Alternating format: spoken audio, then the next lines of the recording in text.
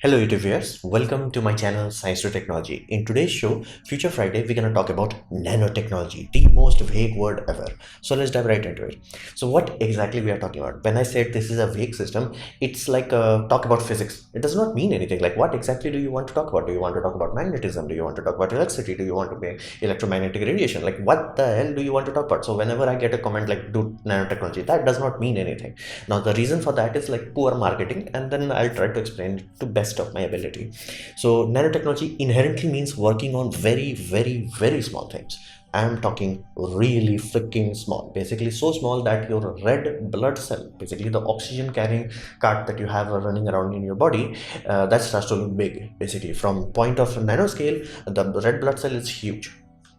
Now, inherently, what does that mean? That means we are working on atomic or molecular or even compound level scales. Basically, we can say, hey, after every eight molecule of yeah, you can say every eight atom of this, change this. After every ninth atom, change this. And this is how we make plastic. Basically, we are changing on a molecular level. Basically, it's not like metal alloying where you're like, okay, taking a metal, mixing another metal, and then making crystal structure. No, we are going deep. We are going on a molecular level. Basically each molecule will be different. So this is what we mean when we're talking about nanotechnology. That's what we are referring to, working on that scale. That's the crucial aspect here. Now the product, the thing that you're going to create, it's not necessarily is going to be small. There is no raw basically rule or regulation that says no, you can't make big things out of. Basically you can make microbots that are used inside human body, or you can make giant 8K TV using nanotechnology. You can do whatever the heck you want to do with it. The output can be of any size. Generally, nanotechnology simply means we are working on a molecular level. Basically, we can say, hey, add copper to this hydrocarbon change and make nylon or something like that. You get the point. That's the whole thing we are referring to when we are talking about nanotechnology. So scale of nanotechnology, it's very hard to convey simply because well, it's unbelievably small. Like only the people who actually work with electron microscope on a day-to-day life can truly grasp it. Like it's a number. When you talk about, like, even Neil deGrasse Tyson can talk about a number, but does not mean anything. So it reaches that point where it's like, one Google year, what does that mean? One after 100 is zero. Again, do you understand it? No. It's like, numbers becomes too ludicrous at that point in time. So same thing happens here also. It's so small we cannot see it, we cannot even perceive it, and even normal electron microscope have troubles with this puppy. So it's on a different level. Like it's idiotically tiny. To give you to bring you try to bring it to normal day-to-day life. Basically we start with a ball, let's say a normal tennis ball. That puppy is in million 100 million nanometer. So yeah, huge. So let's go down small. RBC, basically red blood cell, that puppy is 7,000 nanometer, but at least it's only 1,000. So what happens if you go down to DNA level? Now DNA, that's an awesome nanotechnology. That's at 2.5 nanometer.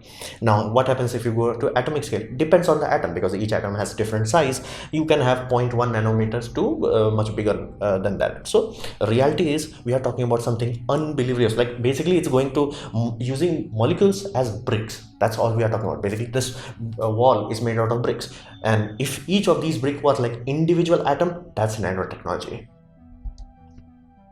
So what happens when you go this low, this really different world? Now one thing you have to understand, human world is right now divided in three core categories. Category number one would be the large one. This is huge, the multiverse, basically the universe that we are living inside.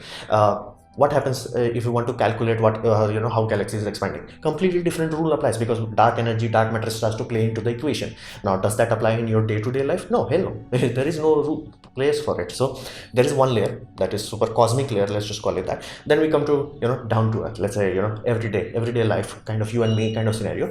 And then we have Newtonian physics or classical physics. Basically action equals reaction, we know how it works.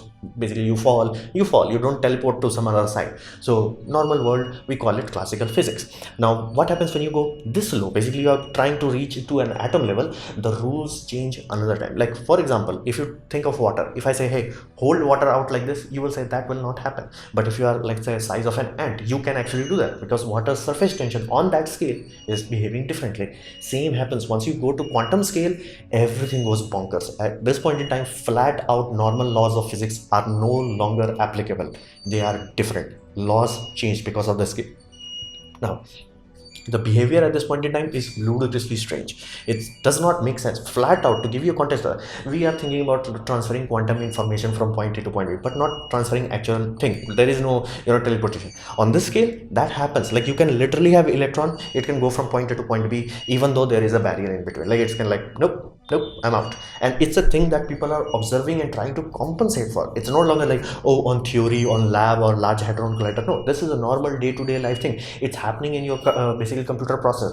Most likely there is a process, basically processor is built within such a way that if this happens, it can compensate for that. So once we start to make something, let's say a semiconductor. What is a semiconductor? It's just a fancy switch on and off, and you can do on and off using another signal. So signal on becomes electricity transmits, signal off, it does not transmit. So you basically have two conductors and you have magic in between, semiconductor in between. Now you can turn it off. That's the whole point. That's what we want to do. We want to stop electricity basically at our command. It's like go, don't go, go, don't go. Now if you make it small, let's say we started with 200 nanometer, early 2000, 200 nanometer technology, awesome. My first computer is like, I think 45 nanometer, but right now you can buy mobile phones that have 5 nanometer. So we had shrunken out that gate, that basically barrier, very small, very small. Here's the deal. At this point in time, electrons are like, you know what, even when you turn it off, I don't feel like it, I'm just gonna go through. And it does that. Like literally electron goes from, it happens. Like it's a real thing. Like electron is just going, I don't care. It's like and like this is a very serious hurdle with all the microprocessor designer and architecture. It's like, how the heck you compensate for that? You cannot keep making it small. Like on principle, on paper, you can make 1 nanometer or something like that, but it won't be practical because the error rate, how many times electron is going YOLO, that becomes too high. So the reality is, teleportation is a goddamn thing that happens on quantum scale. So you can understand it's completely different, completely bonkers. So you need a different kind of mindset, a different kind of tool set to handle this world. It's completely different. Like we are not used to this world. So different laws. That's why it's so complicated. The quantum physics, completely different laws and regulations and all that jazz. So what was the history of, like, how the heck we laid down the foundation of this? Now this puppy started, like, credited, so to say, in 1959. Yes, this puppy is old. In physicist by Richard Feynman. Now Richard Feynman was a kind of very clever kind of guy, and he had very unique way of saying this. The awesome quote is, there is plenty of room at the bottom. So reality is, once you actually start to go down to atomic level, it's not like every atom is crammed to each other. Like it's not like that. There is a lot of empty space. Like we are saying there is air here, but if you went on a molecular space, the next atom would be so far away from you. Like, dude, I'm like in Milky Way or something. Like, one galaxy is here, another galaxy is like, multi-billion light year away. It will look like that because even though there is like 15 psi, there is not that much molecule here. So, and that's why it's called gas. So reality is, on that scale, like once you start to go down that low, completely new avenue starts to open. For example, let's say magically you start to use quantum technology where you can, like, shrink down, like Ant-Man level technology. What happens? You can go down inside the atom. Is it full? Hell no, it's 99% empty space. So like most of the real world is empty space if you can go down to that scale. And he was referring to that kind of enlightenment. Is like, dude, there is a lot of things we can do if we can go down small, and we don't even have to go inside atom. So that's what he was referring to. Now the first time we truly start to reach nanotechnology in manufacturing, it's like, no, we are making things out of nanotechnology. That was in 1960. Yes, this puppy is old. We made MOSFET, basically electrical circuit, electrical thing would be better way of saying that, which has a gate on off thing that was 100 nanometer across. Let that sink in. In 1960, we built something that was only 100 nanometer. Basically, we reached nanotechnology.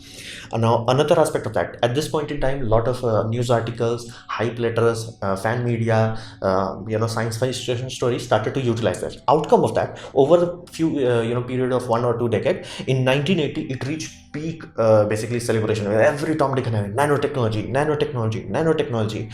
Basically, how we were doing about 3D printers a few years ago. So, like, popularity reached at that point in time. Then something magical happened. In 1986, we reached scanning tunneling microscope. Now this puppy shows you an actual atom by atom. So let's say you say graphene sheet. Graphene sheet has a hexagonal structure. How do you know it has an actual hexagonal structure? Like, again, you can do math, you can do really good mathematics, and your prediction will be correct, but that's just mathematical model. It may become really different, you do not know. But how would you see it? Like, actually look, wait, that's hexagon. That is possible due to scanning tunneling microscope. And few years later, from this point on, we reached a point where we can lay down atom by atom. Basically, we reached where we bricks are molecule, basically atom itself. So that's the history of it. This is not like, whoa, in 2010 nanotechnology started. No, it's not something like that. Many smart people, many hardworking people laid the foundation on which we stand today. And that's why I specify nanotechnology is normal technology for us day-to-day life. You don't think about it like, your microprocessor is nanotechnology. It has freaking billions of transistors and we don't even think about it. It's like, not enough, performance and all that jazz. So that's the reality of it. It's normal. It just works.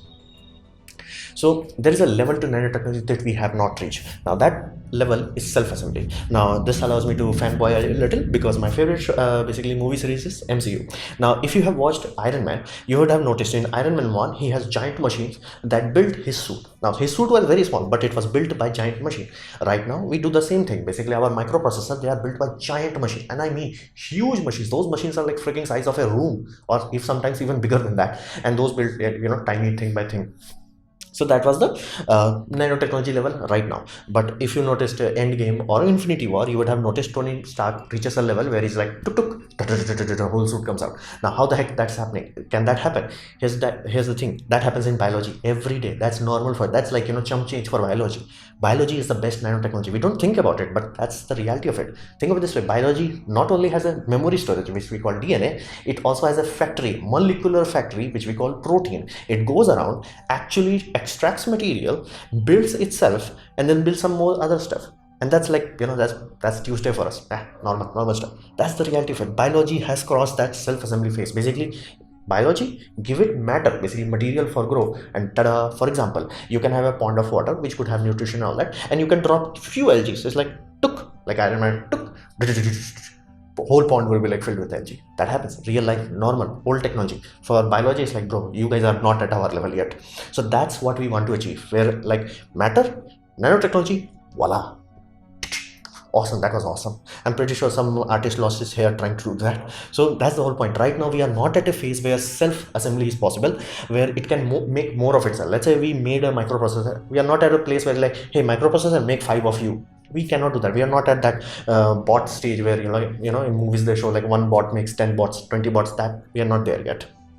So that's the next step. That's like we reached the nanotechnology level. We know what it is, we know how it works, we are starting to build things out of it. It's a day-to-day life eventually, but we are not there yet. Like that biology is the god tier level where you're like, tada, we can make things out of it. Like material, nanotechnology, voila, whatever you want. So that's the next stage. So what's the real reality of this puppy? Like again, CG movies and all that jazz is very awesome, but you have to understand we are very far away from nanobots. That bot that you see in the movies where like it's going there and like manipulating things on a molecular level, yeah, that's very far away. Very far away, simply because again most of them artists does not know that like DNA does not look like a small strand. It looks like a jagged thing simply because each unit is an atom, and that atom carries a signal. Basically, if atom of this is there, that's X. If atom of that is there, it's Y. Like there is a freaking data in that, and each bit is an actual physical bit. So when you have like CG animation where it's like a robotic arm is going it and like capturing DNA and moving it out, and yeah, that's not happening. That's not happening because on a molecular scale it's completely different. Laws are different. Like you cannot bring two materials too close to each other. Either they will bond or they will repel because laws are different. Literally at this scale, if you can connect two iron rod, basically let's say you have two perfectly flat iron rod, they will weld. Why? Because electron will start to jump from one to another. Like it will literally do welding. This happens in space also. We call it cold welding. So reality is because of the different law, you can't have that like magical nanobot thing. That nanobot will look like this, where like jagged surface, because again each of those surfaces are an actual atom. So you have like one atom here, two atom here, three atom here. Like hexagonal wheel would be the best case scenario because okay, it's at that point in time it's only 6 atoms across. So reality is we have made successful attempts. Like we have nanobots which does not self-replicate. We cannot be like, okay, let's make 5,000 of that and then 5,000 will make 50,000 of that. That does not happen. But we can make, basically this is a molecular car. Like you can count how many atoms this puppy has. It's like go forward, go right, and they had a like tripod kind of design which can spin around and all the jazz. We reached that point. We got that. Like we got the technology. It's just that we are not at biology level where it's like that will carry its own memory system. It will carry its own factory system and all that. Basically blueprint and manufacturing machine all at the same package. We are not there yet. Now what can we do with nanotechnology? Reality is everything. Like, this is life itself we are talking about. This is the next level technology. And we humans have played with nuclear booms, and that booms are like, big booms and really big booms, and like, big giant booms in case of Zar Bomba. We have played with some really big booms, but here's the deal, those are like children's toy compared to this puppy. Nanotechnology is a true definition of playing with fire, because we can save every single problem. Like, we can save earth, like, no, who ain't nobody got time for that, global warming, 5 minutes, solve it. That's how quickly we can do things if we can truly harness this technology. And if we want to screw it up, well, good luck. So that's the true reality of it. If we reach that point, self-assembly, we will cross the threshold, and at that point in time, it's completely up to us. It would be the greatest gift or the worst curse out there. So it's true, in truest sense, playing with fire. And I mean true fire this time and time, because again, biology cannot recover from this puppy. It can recover from nuclear radiation, it cannot recover from nanotechnology. So it's a very interesting time that is coming in ahead of us.